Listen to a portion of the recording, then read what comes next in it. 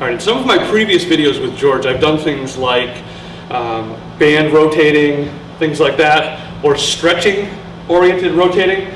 Rotating is great. I mean, there's a whole bunch of different reasons to do it. Obviously, one of them is mobility, so you don't hurt yourself when you go to pick up an object and walk away from it. You pick up a plant in your house, you want to move it, and you hurt your back. So this is a good way to do it. I don't actually have a name for this exercise, but it's a core move. First thing you do is put one foot in front and one foot in back. The back foot is on my toe. The front foot is flat. My posture is up.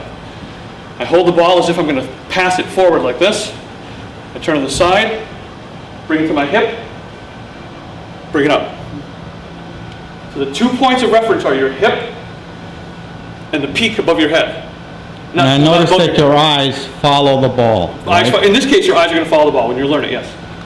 That's one way to do it. So, turn, release, turn. And over time, if you pick up your pace and you're in the same two positions, what happens is it tends to want to throw you around. So not only do you strengthen your lower back and your abdominals, but you strengthen your inner and outer thighs, your glute. I mean, it's all around you, and your goal is to do it fast enough to throw yourself off balance and then correct it. So, other ways to do it. Hold a body bar if you have a body bar. Down, up. Now, if you notice, what I'm doing is I'm going across the knee that's in front. It's much more difficult and more core work if you go across the knee that's in front rather than to go this way. This is easy.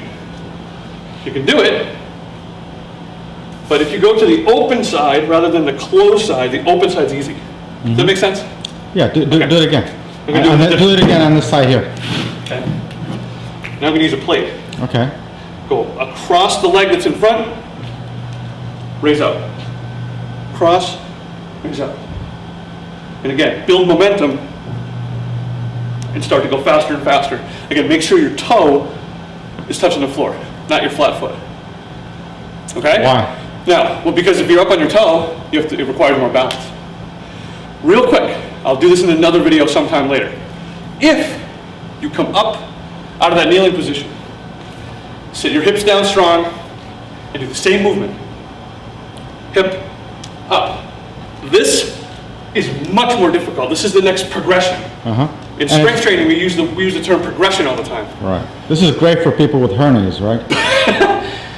Make sure you breathe in and out as normally as you can.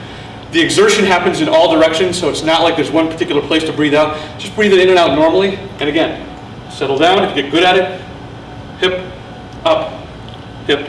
Now, up. how about a cautionary word? Who should not be doing the last one? If you have a bad back or bad knees, be cautious. You might want to use a pad underneath the knee that's on the ground when you start. Yeah, but I'm talking about just doing the rotating. Well, even more than the rotating, where you're up a little bit. This one? Right. Same principle. Anybody with a bad knee, because if your knee is significantly out in front, that's bad. That could hurt underneath your kneecap. Okay. Your patellar tendon. And also, I mean, if you have a bad back and you're turning, if you're turning on your axis like this, it's good. But if you're flopping all around, be careful with your back. It's very important. Start with the kneeling, then come up into the lunge position. Thank you. Welcome.